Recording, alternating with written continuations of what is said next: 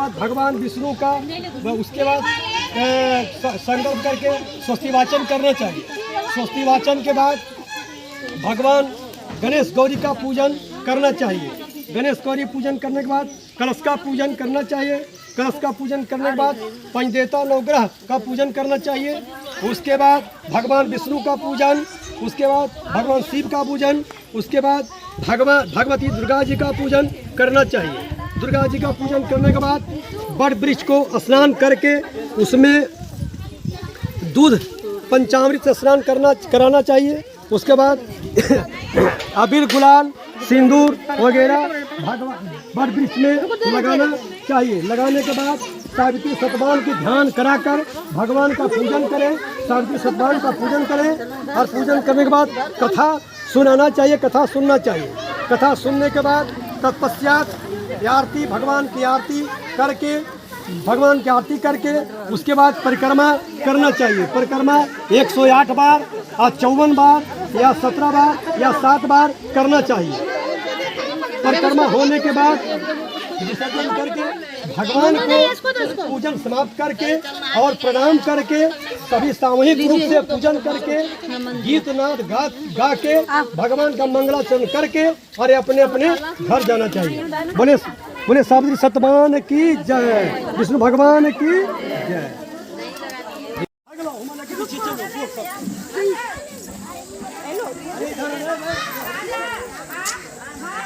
पकड़िए ना इसको। लाइला सबे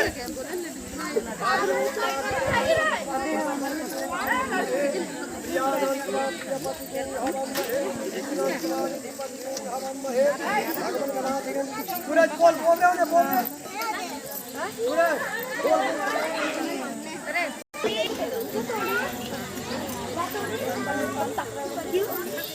फूल अच्छा पकना सब।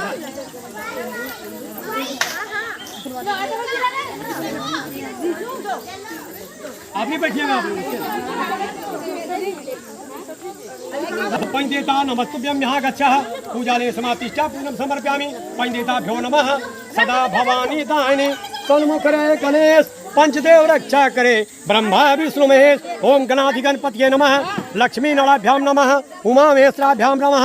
सची परमत्राभ्यां नमः। मातृ पितृचलभ्यो नमः। इष्टदेवताभ्यो नमः। कुलदेवताभ्यो नमः। ग्राम देवताभ्यो नमः। स्थान देवताभ्यो नमः। सर्वे देवताभ्यो नमः। सर्वे ब्राह्मणाभ्यो नमः। छोड़ दीजिए भगवान गणाधिगणपतये नमः। जल दीजिए।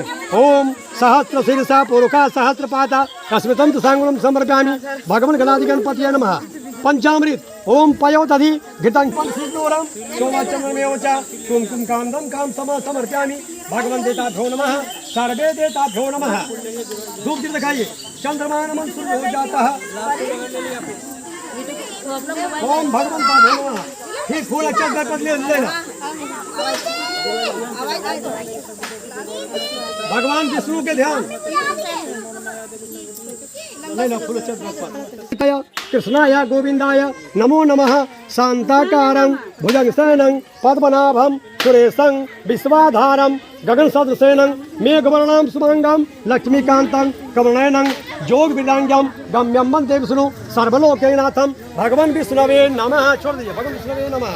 छोड़िए जल दीजिए। ओम गंगे सजने चैव गोदावरी सरस्वती नर्मदे सिंधु कावेरी भगवान विष्णवे नमः। पंचामृत ओम पयोदधि घृतं क्षीरं सुसादं संयुतं समर्पयामि। भगवान देवताभ्यो नमः। अबीर गुलाल अबीरं च गुलं च चोमाचन्द्रमेव च कुं समर्पयामि। भगवान विष्णवे नमः। धूप दीप चंद्रमा नमः सूर्यो जाता चक्षुर्सूर्यो आ जाता। भगवंताभ्यो नमः। भगवान विष्णवे नमः। चढ़ाए दो प्रणाम करा। लक्ष्मी रूपेण संस्थिता नमस्तस्यै नमस्तस्यै नमस्तस्यै नमो नमः। या देवी सर्वदेषु बुद्धि रूपेण संस्थिता नमस्तस्यै नमस्तस्यै नमस्तस्यै नमो नमः। या देवी सर्वदेषु लक्ष्मी रूपेण संस्थिता नमस्तस्यै नमस्तस्यै नमस्तस्यै नमो नमः। सर्वमंगल मांगल्ये शिवे सर्वा प्रसादिके सती दुर्गा देव्यै नमः। छोड़ चलो चला चलो चल छोड़ो गंगे से जमुने से गोदावरी से सिंधु कावेरी जलास्मिन् सन्निधिं कुरु दुर्गा देव्यै नमः। पंचामृतं समर्पयामि। भगवती दुर्गा देव्यै नमः। ओकर बाद दूध दही दूध दही ओम आर्यपानाम ओम इदं समर्पयामि। पयोदधि संसेनम संयुक्तम समर्प्यामि भगवती ओम बट वृक्षाय नमः बट मूलाय नमः। फिर जल दे दाग, बोले जो बाबू जलो दो। उसके बाद लगाइए अर्पण सिंदूर, लगाइए सब हारता पात अर्पण सिंदूर और गति मधु सब लगवा लगावा सब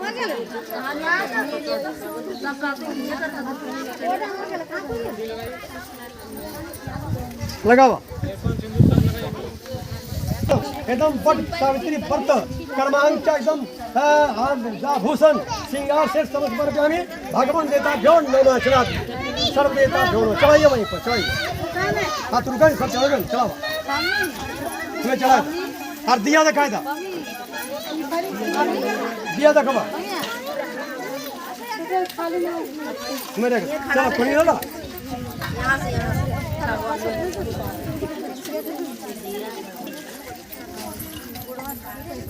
चलो पकड़ो तो नहीं पकड़ो। श्री विष्णु पर नाम गोत्र है श्री विष्णु ज्येष्ठ मास पक्षे अमावस्या को करता है जनमनसा जाता है। इस दिन सतवान सावित्री की जमराज सहित पूजा की जाती है। दिन भर उपवास किया जाता है और संध्या समय में उक्त मूर्तियों की धूप चंदन दीपक फल रोली केसर से पूजा करने के बाद सतवान और सावित्री की कथा श्रवण किया जाता है और विवाहिता सधवा स्त्रियां ये अपने सुहाग की रक्षा के लिए इस प्रकार के व्रत रखती है। संध्या समय सतवान सावित्री की कथा सुनकर पूजन के उपरांत व्रत समाप्ति किया जाता है। सतवान सावित्री की कथा इस प्रकार कही जाती है। संध्या समय इसका मतलब क्या है कि त्रयोदशी को संगत करके चतुर्दशी को उपवास करके और अमावस्या का पूजन करके व्रत को पालन किया जाता है। अब क्या कहते हैं सतवान सावित्री कथा इस प्रकार है। मगध देश में मद्रास देश में मगध देश में एक राजा यशपति की पुत्री का नाम सावित्री था। यह रूपवती और सर्वगुण संपन्न थी। राजकन्या ने धूतकेश जुथ सेन के पुत्र सतवान को अपनी पति के रूप में स्वीकार कर लिया। इस विवाह के उपरांत नारद मुनि ने अशुपति के पास आए और बोले आपकी कन्या के परम योग्य और धर्मात्मा सतवान को पति रूप में अपना कर अच्छा कार्य किया। वह अल्पायु है और एक वर्ष के बाद उसकी मृत्यु हो जाएगी। यह बात सावित्री को ज्ञात हुई। यह विचलित न हुई।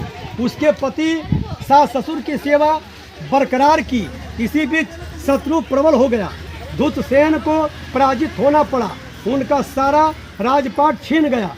फलतः वह दुखी होकर वनवासी हो गए। वनवास के दौरान ही सास ससुर अंधे हो गए। सतवान का पूरे परिवार के भरण पोषण का जिम्मा था तथा गया सावित्री अपने अंधे सास ससुर और पति की सेवा में लग गई। सतवान जंगल में लकड़ियाँ काट कर लाता और उसको बेचकर अपने परिवार को गुजर बसर भरण पोषण करता था। सावित्री बराबर दिन गिन रही थी। जब वह पूरा होने लगा, केवल 4-5 दिन रह गए तो सावित्री ने उपवास करना शुरू कर दिया। वह परछाई के समान सतवान के साथ रहने लगी। उसके पीछे पीछे सावित्री चलने लगी। एक दिन सावित्री सतवान की साथ ही थी। सतवान लकड़ियाँ काट कर रहा था। सतवान एक दिन लकड़ी काट रहा था। अचानक उसने अपने सिर में पीड़ा का अनुभव किया। वह पेड़ से उतर नीचे आ गया। सावित्री ने उसका सिर अपने गोद में रख लिया। वह समझ गई सतवान का अंत समय आ गया है। कुछ देर बाद उसने जमराज को आते देखा। सावित्री सती पतिव्रता की इस कारण पर जमराज को देख सकने के समर्थ थी। जमराज ने सतवान के प्राण को निकाल कर वापस चल पड़ा। सावित्री भी उसके पीछे पीछे चल दी। कुछ देर बाद जमराज का ध्यान उस पर गया। तुम अपने काम पर लौट जाओ, मेरे पीछा मत करो। जहाँ पति जाएगा वहीं मैं ही जाऊँगा। सावित्री बोली कि जहाँ पति जाएंगे वहाँ मैं जाऊँगी। सावित्री बोली तुम्हारे पति का समय पूरा हो गया है। मैं उनको ले जा रहा हूँ। अब तुम विधवा बनकर जियो या पति के शरीर के साथ सती हो जाओ। मैं पति को छोड़कर कैसे वापस जाऊँ। तुमको वापस जाना चाहिए, यह निश्चय किया। सावित्री ने न मानी, यह साथ चली गई। जमराज ने उनकी निष्ठा देखकर खुश होकर वह कहा, कोई वरदान मांगो। सावित्री ने वरदान मांगा, उसके अंधे सास ससुर की आंखें ठीक हो जाए, उनका खोया राजपाट मिल जाए। जमराज ने तथास्तु कहा। सावित्री फिर भी साथ चलती रही। जमराज ने फिर कहा, एक वरदान देकर लौट जाओ। सावित्री बोली, मैं पुत्र वधू हो जाऊं। जमराज ने तथास्तु कह दिया। फिर भी सावित्री ने साथ न छोड़ा। इस पर जमराज कुपित हो गए और सावित्री नम्रतापूर्वक बोली, मेरे पति को तो आप साथ लिए जा रहे हैं, पुत्रवती कहाँ हो जाऊंगा। जमराज चौंक गए। कि अपनी गलती स्वीकार कर लज्जित होकर सतवान को छोड़ दिया। इस पर अपने पति के व्रत पर सावित्री ने न केवल अपने पति को जमराज से वापस किया, वरना अपने अंधे सास ससुर के आंखें वापस किए, उनका राजपाट वापस किया। इस प्रकार सावित्री ने अपना कर्तव्य पालन किया। सावित्री के इस पतिव्रता धर्म की स्मृति सावित्री का व्रत चलता रहा। इस व्रत सुहागिन करती है, यह व्रत सुहागिन नारियां करती है। कहीं कहीं पर वटवृक्ष की तले पर पूजा की जाती है। सुहागिनी वटवृक्ष की पूजा करती है। भारत की सनातन धर्मी सुहागिनी महिलाएं इस व्रत को बड़ी श्रद्धापूर्वक मनाई करती है। इस व्रत का महिलाओं के लिए बड़ा महत्व है। इस प्रकार से जो सावित्री व्रत को पूजा करती है वे सदा सुखी व संपन्न रहती है। बोले सावित्री सतवान की जय, विष्णु भगवान की जय, शंकर भगवान की जय, जगत जननी माता की जय। चला